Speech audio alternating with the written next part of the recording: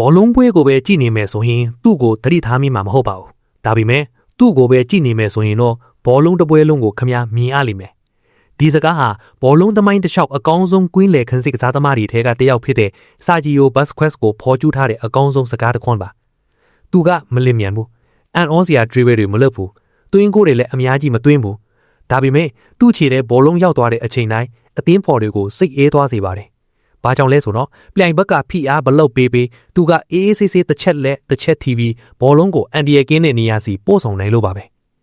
အချိန်က2008ခုနှစ်ဘာစီလိုနာလူငယ်အသင်းလေ့ကျင့်ရေးကိုကြည်နေတဲ့ပက်ဂွာဒီယိုလာရဲ့မျက်ခွင်းထဲကိုလူငယ်နောက်ခံလူတစ်ယောက်ဝင်လာခဲ့တယ်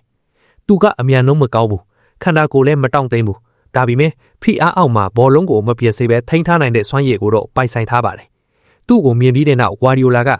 ငါလိုချင်တာတန်မာတဲ့ကစားသမားမဟုတ်ဘူးဖိအားအောက်ကနေလှူးမြောက်နိုင်တဲ့ကစားသမားပဲဆိုပြီးပြောခဲ့ပါတယ်။အဲ့ဒီနေ့ကစပြီးနောက်ခံလူတစ်ယောက်ဟာကွင်းလေခန်းစစ်တစ်ယောက်ဖြစ်လာခဲ့တယ်။အဲ့ဒီဆုံးဖြတ်ချက်ကလည်းဘောလုံးသမိုင်းရဲ့အောင်မြင်ဆုံးဆုံးဖြတ်ချက်တွေထဲကတစ်ခုဖြစ်လာခဲ့ပါတယ်။လူများစုကဂိုးသွင်းတဲ့လူတွေကိုမှတ်မိကြတယ်။စကီးဖျားတဲ့လူတွေကိုချီးမြှောက်ကြတယ်။ဒါပေမဲ့အသင်းတစ်သင်းရဲ့ဟန်ချက်ညီမှုဘောလုံးစီးဆင်းမှုနဲ့ကစားပုံတစ်ခုလုံးကိုတိတ်တိတ်လေးထိုင်းပေးနေတဲ့သူကိုတော့လူတိုင်းသတိမထားမိကြပါဘူး။အဲ့ဒီလိုကစားသမားမျိုးကဆာဂျီယိုဘက်စကွက်စ်ပါ